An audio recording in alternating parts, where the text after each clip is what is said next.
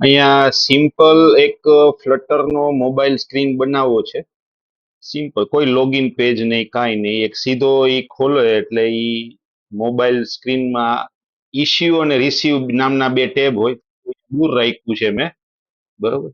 પણ એકચ્યુઅલી આમ ઉપર બે ટેબ હોય, ઇશ્યુ ને રિસીવ. હવે ઇશ્યુ ને રિસીવ બેયમાં આપણે અત્યારે સ્ક્રીન તો સેમ બનાવવાનું છે, પછી એની ઇફેક્ટ અલગ અલગ હશે. એટલે આપણે ઉપર ખાલી ટેબ જેવું લાગે એવું કરવાનું છે. ઇશ્યુ ટેપ કરે કે રિસીવ ટેપ કરે, સ્ક્રીન તો આનું જ રાખવાનું છે, બરાબર.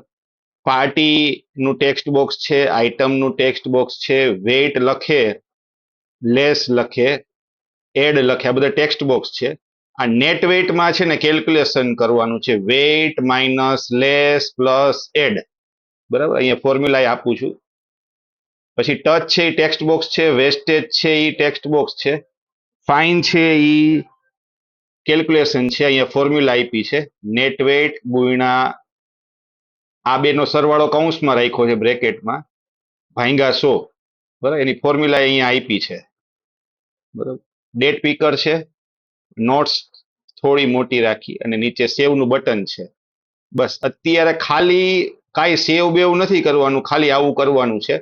મારે આ સ્ક્રીનમાં કોઈ વેટ લખે પછી weight, less, add, net weight અને ફાઇન એટલા ટેક્સ્ટ બોક્સમાં પોઈન્ટ પછી 3 આંકડા રાખવા છે, બતાવવા છે.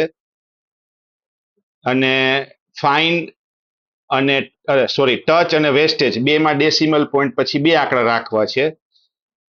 અને આ છે ને રીડેબલ રાખવું છે. આ ફોર્મ્યુલા છે ને એટલે એને કોઈ ચેન્જ ન કરી શકે એવું કરવાનું છે. User can not change calculator net weight fine. બસ આટલું કરવાનું છે.